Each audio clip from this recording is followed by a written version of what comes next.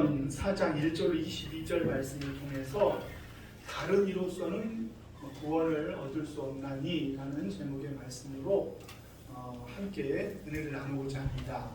제가 이 말씀을 생각하면서 말씀은 간단한데 고민이 많았어요.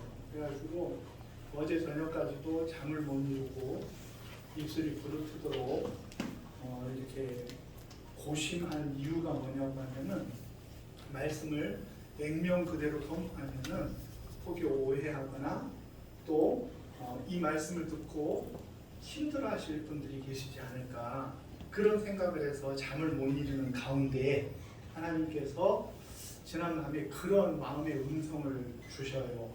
어떤 음성이냐면은 걱정하지 말아라. 너가 선포하는 하나님의 백성인 우리 사랑하는 성도님들은 내가 기뻐하고 내가 사랑하는 사람들이다. 그러니 염려하지 말라 이 말이에요. 그러니까 어떤 의미냐고 하면은 마음껏 너가 하고자 하는 것은 말씀의 통로가 되고 말씀을 선포하는 사람이지 그 말씀이 선포되어졌을 때 결실을 할까? 아니면은 길가에 떨어진 밭처럼 사단에게 뺏겨버릴까? 아니면은 결실하지 못하는 그런 염려와 근심이 저들에게 있을까? 거기까지 염려하는 것은 너희가 아니라는 거죠. 이게 염려하지 말라는 말, 그리고 여러분들이 하나님이 기뻐하시고 사랑한다라는 그런 말씀에 큰 위로를 받았어요. 왜냐하면 요즘 말씀을 전할 때마다 제일 고민스러운 것이 말씀 그대로 전할 수 있으면 좋은데 이 말씀을 선포하면은 모 집사가 어떻게 생각을 할까? 그게 이제 안 좋은 교회예요. 안 좋은 교회는 그래요. 말씀을 선포하기가 너무 어려워요. 왜냐하면 이 말씀을 선포하면은 이거 시험되는 거 아닌가? 이 말씀을 선포하면은 오해하는 거 아닌가? 그러면 그게 안 좋은 교회예요. 근데 우리 교회는 어떻게 선포해도 좋은 교회예요. 말씀 그대로를 얘기해도 괜찮은 교회예요. 그 교회가 좋은 교회예요. 그 교회가. 네. 그렇기 때문에 내 얘기를 하지 않으려고 애쓰면서 매일 성경 말씀과 성경을 차례대로 하는 이유가 거기 있어요. 내가 하고 싶은 얘기를 하고자 한다고 하면은 여기저기 들쳤다가 아유 이번에 모 권사가 이 말씀 꼭 들어야 돼. 그렇게 해가지고 이 말씀을 고르기가 쉽잖아요. 그러니까 그렇게 안 하려고 어떻게 하냐 그러면은 지금 이제 맨 오른쪽에 맨 위에 보면은 다이얼 조정하는 게 있어요. 다이얼로. 네, 그게 이제 저기요 반주기로 바꿔놨어요. 그걸 줄여보세요. 다이얼. 네, 다이얼로. 13번인가 4번. 네, 좀 장비가 좀 안 좋긴 해요. 지금 뭔 얘기하다가 지금 중요한 얘기를 하고 있는데. 네. 지금 뭔 얘기를 했죠 지금? 네. 좋은 교회는 말씀을 그대로 선포해도 아무런 문제가 없는 교회예요. 오늘 말씀이 뭐냐고 하면은 천하 만민의 예수 그리스도의 이름 외에는 다른 이름으로는 구원을 받을 수가 없다. 이 말씀이에요. 시험 안 들어요? 또 이 말씀 듣고 저기 절에 가가지고 태화를 훼손하고 또 무슨 이 우상이니까 뭐 네? 불상을 훼손하고 그러면 안 됩니다. 당군상 목쳐도 안 돼요. 사실은 우리들이 말씀을 대할 때 우리들이 힘든 것은 무엇이냐고 하면은 말씀이 말하는 것보다도 이것을 얼마나 유머와 같이 부드럽게 얘기해야 될까? 이게 고민스러운 거예요. 말씀을 파악을 하는 것은 이제 월요일이면 끝나죠. 근데 우리 안장로님 기도처럼 일주일 내내 말씀이 연구되고 그리고 그 말씀을 묵상해야 되는 이유가 그 말씀 그대로 날 것 그대로 선포하기가 어렵기 때문에 그래요. 특히 오늘과 같은 말씀은요 위험한 말씀이에요.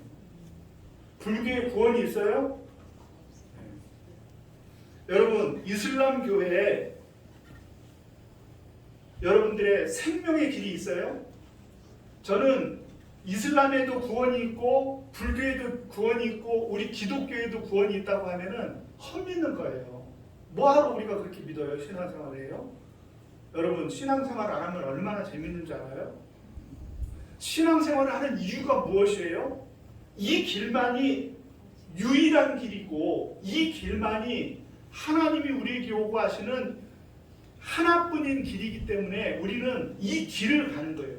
이 길을 가려고 하면은 늘 우리의 길 앞에 무엇이 놓이느냐 하면은 고난이 임하는 거예요. 고난이. 고생과 고난은 달라요. 고난은 우리가 하나님의 길을 가려고 할 때 우리가 느껴지는 저항을 고난이라고 해요. 하나님의 길을 가려고 할 때 느끼는 저항. 고생은 뭐예요? 내가 내 길을 가려고 할 때 느끼는 저항이 고생이에요. 여러분 고생을 해야 되겠어요? 고난을 받아야 되겠어요?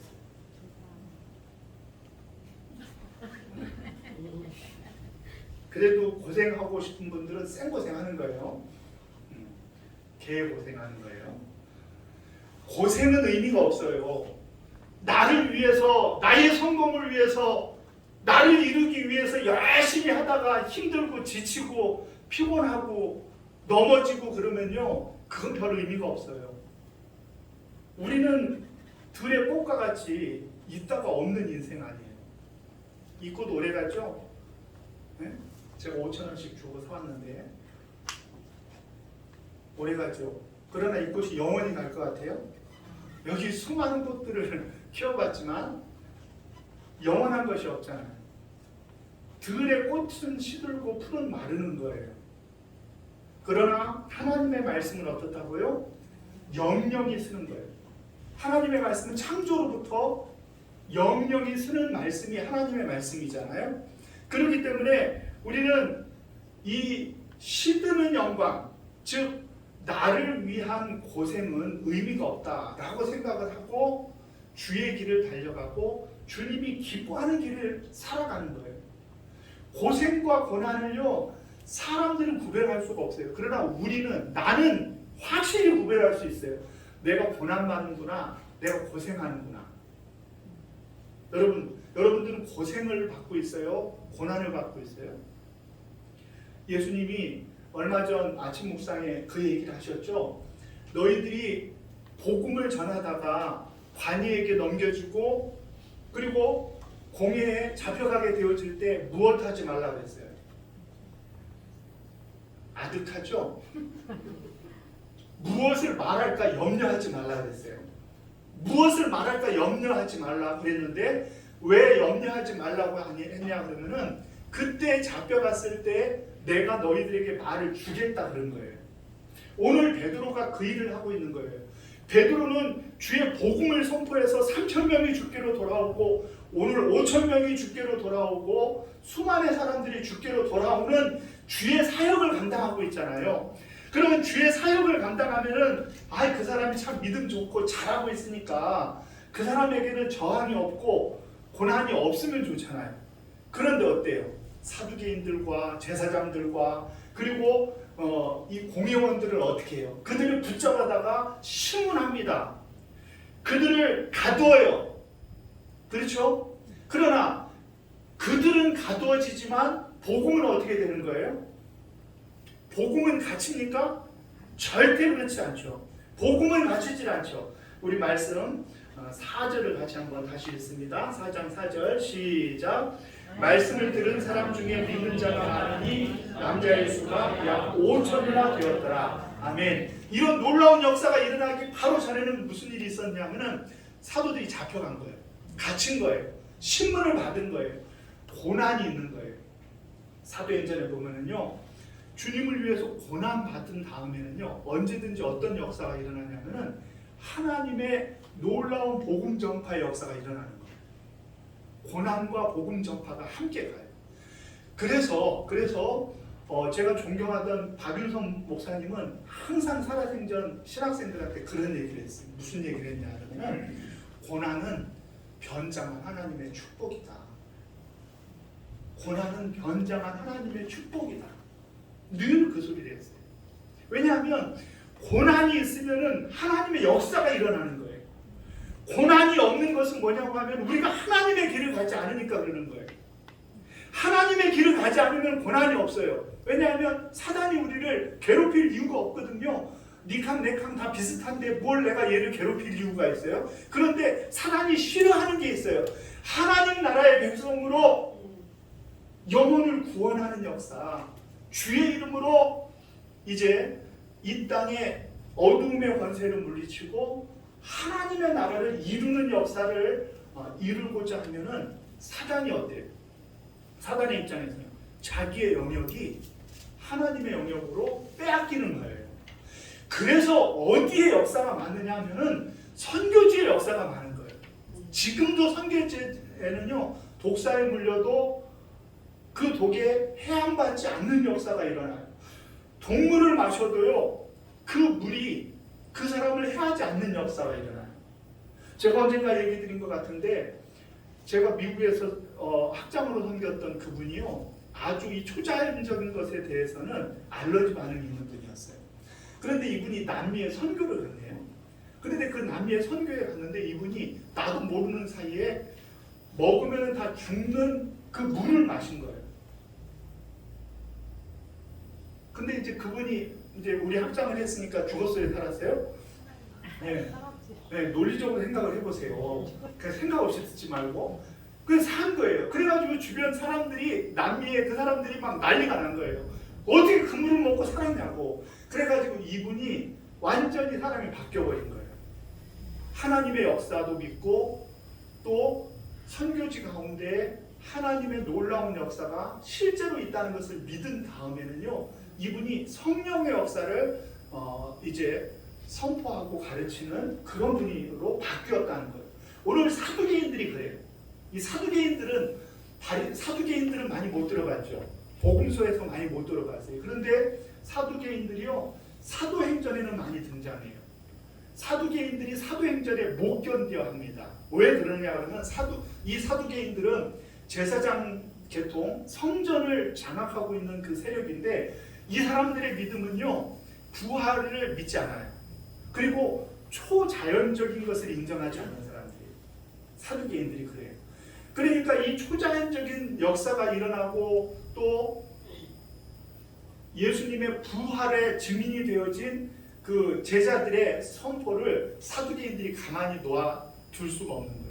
자기들의 신학과 완전히 배치되는 그런 행위를 하고 있기 때문에 부활을 믿지 않는 그들이 앞장서서 핍박하는 것이죠. 앞장서서 그들을 힘들게 하는 것입니다.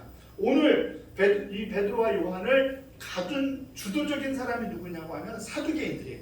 그들은 부활을 믿지 않는데 부활을 증거하는 이들을 이제 인정할 수가 없는 거죠.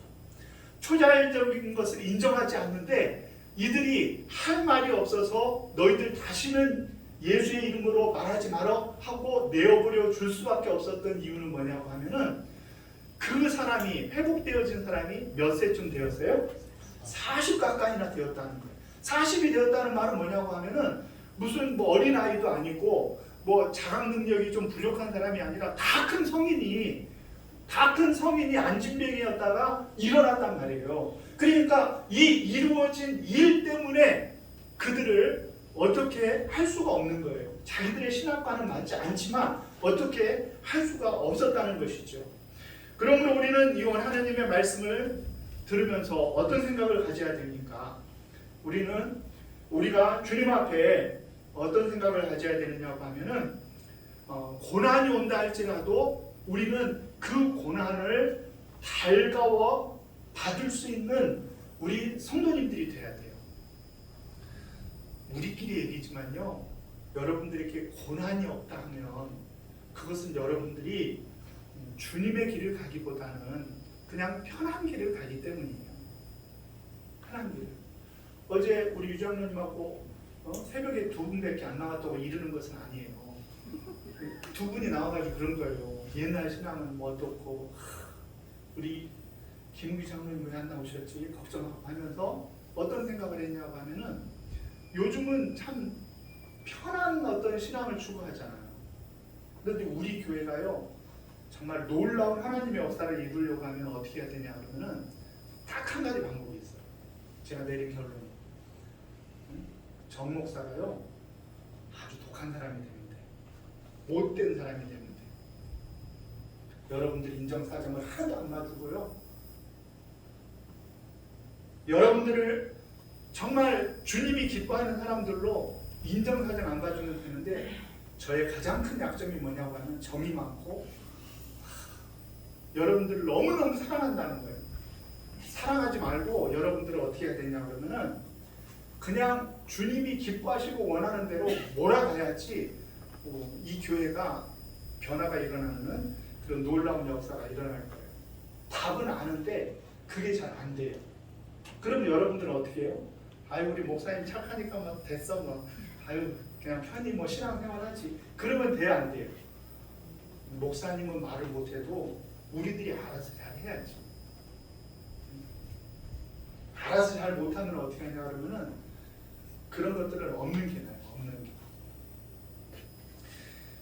하여튼 우리는 어떤 삶을 살아야 되느냐 그러면은 주님의 길을 가면서 저항을 느낄 수 있어요. 저항을 느끼니까 어떤 역사가 일어나냐면은 약 5천이나 되는 사람들이 죽죄로 돌아오는 거예요. 감옥에 갇혔는데 복음은 매이지 않는 거예요. 사도들은 매였지만 사도들은 가두었지만 복음은 가둘 수가 없었어요. 언제든지 사도행전의 역사는 고난이 있은 다음에 부흥이 있는 거예요. 예루살렘에 이스라엘 이제 예수의 제자들이요 예루살렘에 모여서 신앙생활하니까 얼마나 좋은지 몰라요. 나중에 8장에 나와요. 그러니까 그냥 거기서 유무상통하면서 니꺼 내꺼 없이 서로 즐겁고 행복하니까 주님의 사명을 망각해버렸어요. 주님의 사명이 뭔데요? 사도행전 1장 8절 말씀에 뭐라 그래요? 너희에게 성령이 임하면 너희가 권능을 받고 예루살렘과 온 유대와 사마리아와 땅끝까지 이르러서 내 증인이 되라 그랬잖아요. 내 증인이 되라 그랬다 그래서 여러분 앞에 건 다 잊어먹었네. 앞에 게 뭐예요? 예루살렘과 사마리아와 온 유대와 사마리아와 땅끝까지 이르러 복음의 증인이 되라 그랬잖아요. 그래서 예루살렘이 복음화되어지면 어디로 가야 돼요?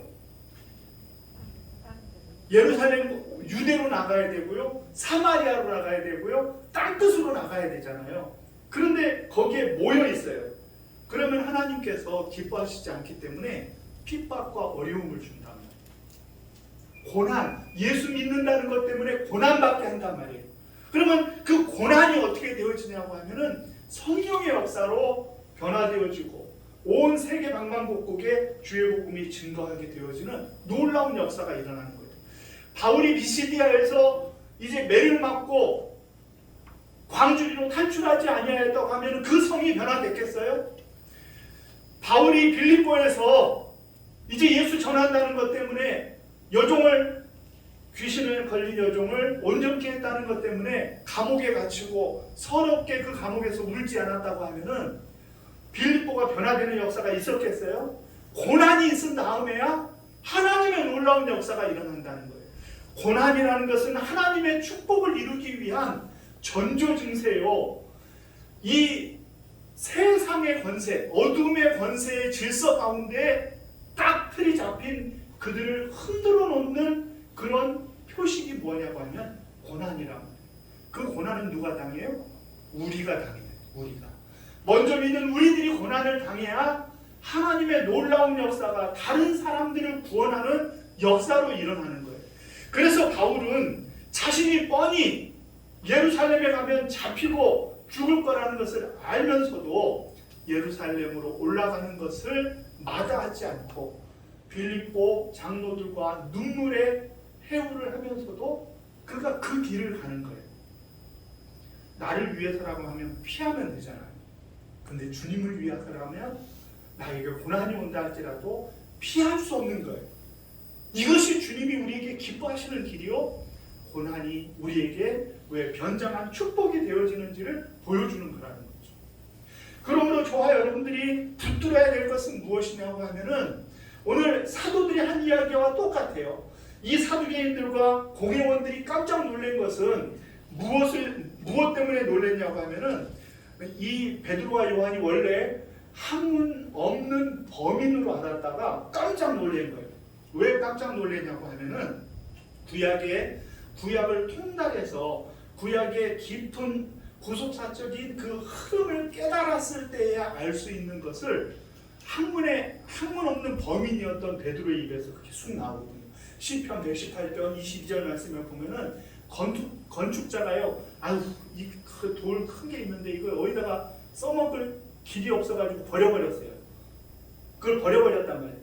그런데 하나님께서 어떻게 했어요? 그 버려진 돌을 건축의 모퉁이 돌로, 그 건축물에 힘을 받는 모퉁이 돌로 사용했단 말이에요. 깎거나 다듬지 아니하고 그대로 사용했단 말이에요. 그래서 다니엘서에 보면은 그 깎거나 다듬지 아니한 돌이 어떤 역사를 이루느냐면은 세상 나라를 상징하는 신상을 부수는 뜨인 돌. 뜨인 돌이라는 것은 다듬지 않은 돌이에요. 다듬지 않은 돌. 그 돌, 그분이 바로 예수님이다. 이렇게 얘기를 하니까 그들이 깜짝 놀라는 거죠. 신학도 알지 않는 사람이 놀라운 말씀을 선포한 것과 똑같은 거예요.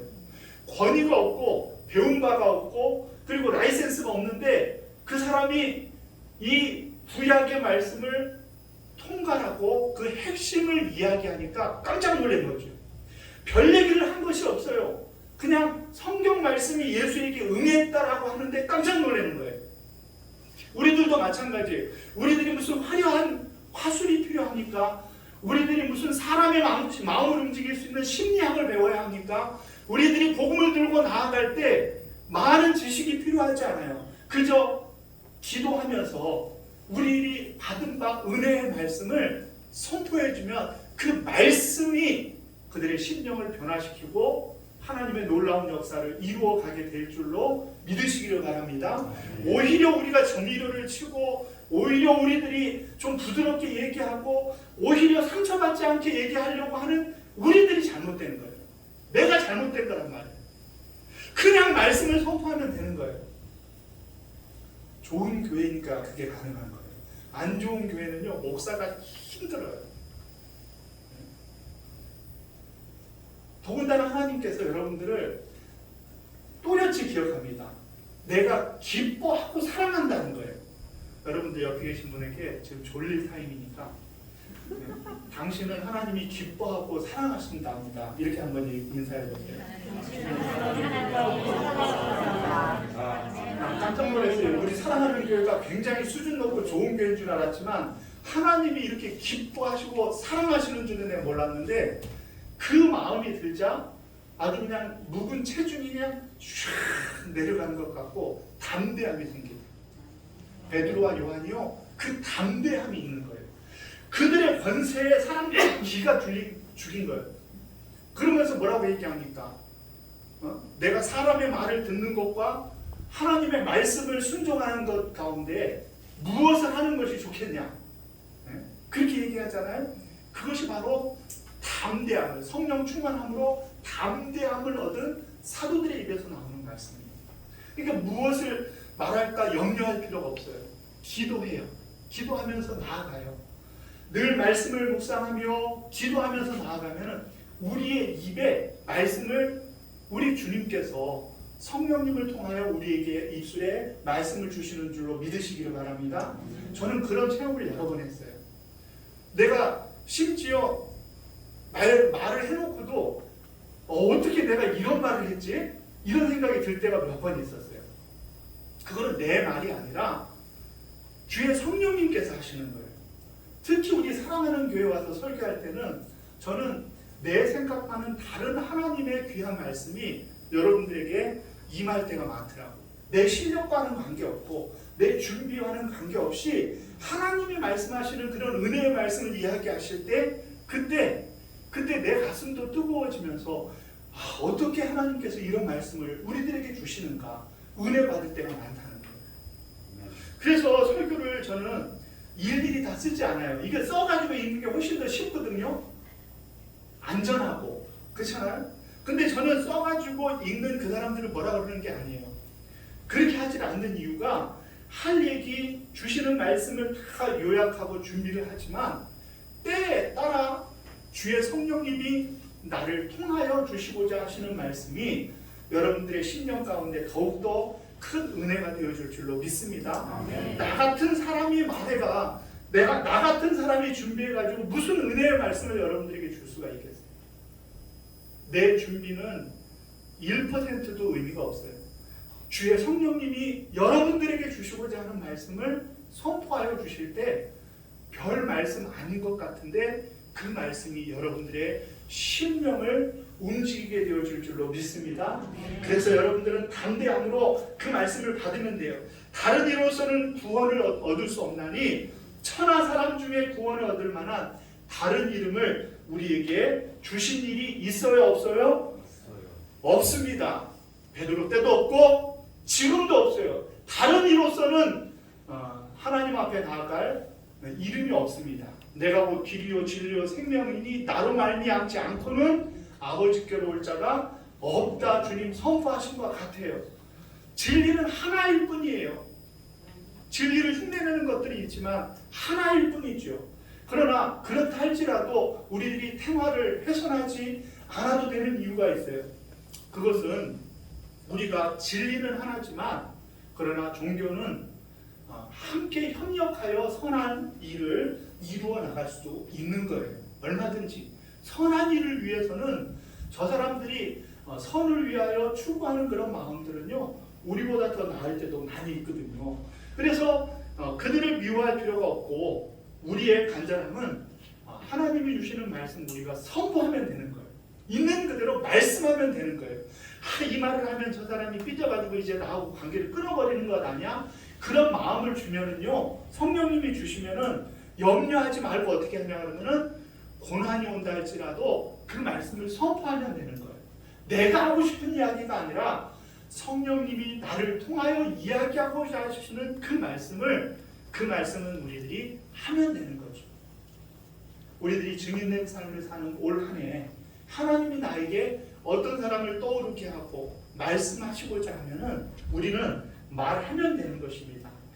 예수의 이름으로 우리는 말하면 그러면은 예수님께서 우리를 통하여 놀라운 역사를 이루어 주십니다. 그래서 놀라운 역사가 일어났을 때 우리가 착각하지 않을 수가 있어요. 왜요? 이 일이 내가 잘해가지고 이뤘네? 내가 하니까 되네? 이런 생각 가질 때가 많거든요. 나 아니면 안 될 것 같아. 이런 생각 가질 때가 많아. 천만의 말씀 만만의 공동입니다. 네. 말씀보다 그거는 또 그냥 찰떡같이 잘 알아요. 천만의 말씀이에요. 하나님은 우리를 통하여 일하시고 오늘도 하나님 영광 받으시기를 기뻐하시지. 우리는 그의 영광을 가리워서 나를 주목하는 것을 즐기는 삶을 하나님이 기뻐하지 않는다라는 마음을 가지시고 오직 한 길은 예수님뿐이다. 오직 한 길은 예수의 피로밖에 주님 앞에 나아갈 수 없음을 고백하는 저와 여러분들 되시기를 주의 이름으로 축원합니다. 468장 찬양하시면서 하나님 앞에 기도하겠습니다.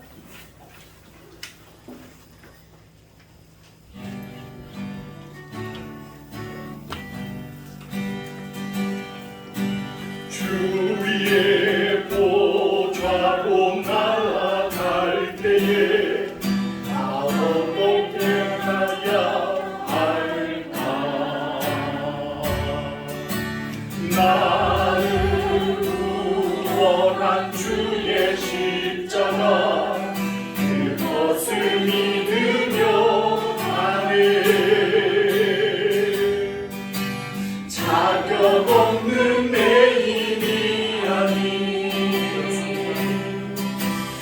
오직 예수님의 보혈로 자격 없는 내 힘이 아니 오직 예수님의 보혈로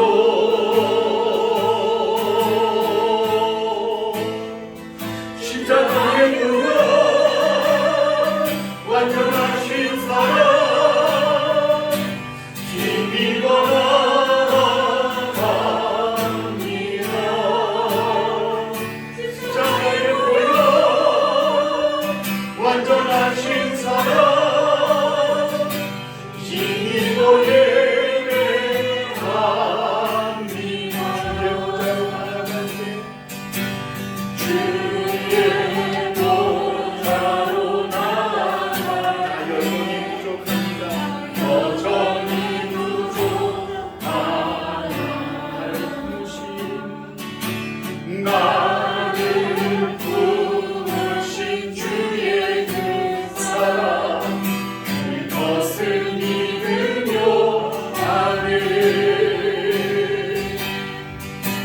자격 없는 내 힘이 아닌 오직 예수님의 보혈로 자격 없는 내 힘이 아닌 오직 예수님의 보혈로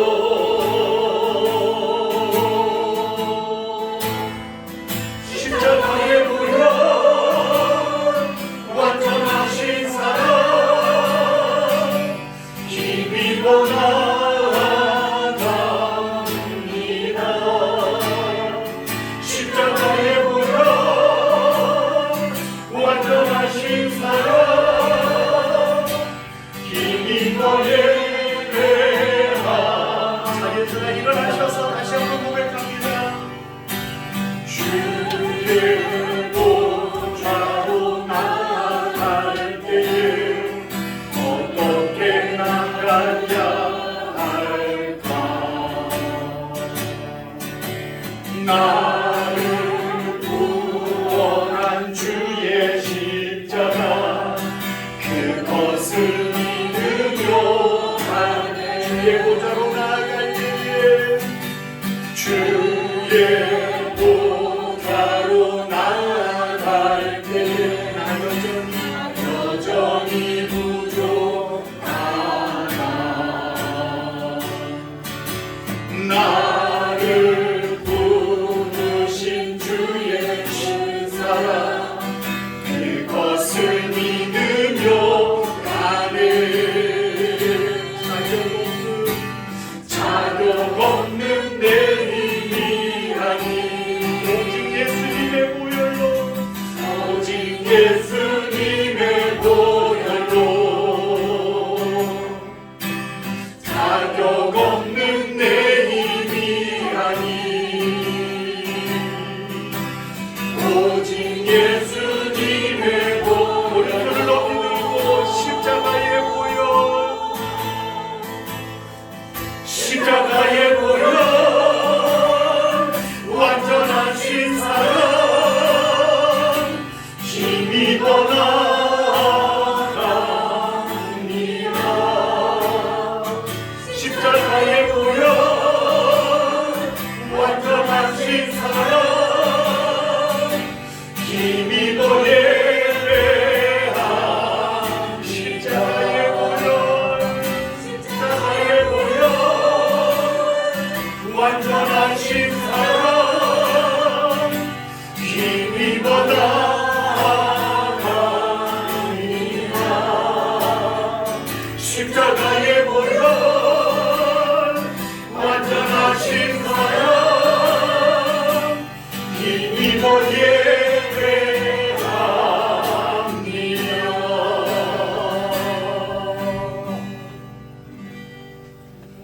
자격 없는 내 힘이 아닌 오직 예수님의 보혈로 자격 없는 내 힘이 아닌 오직 예수님의 보혈로 주님 앞에 나아가기를 원합니다.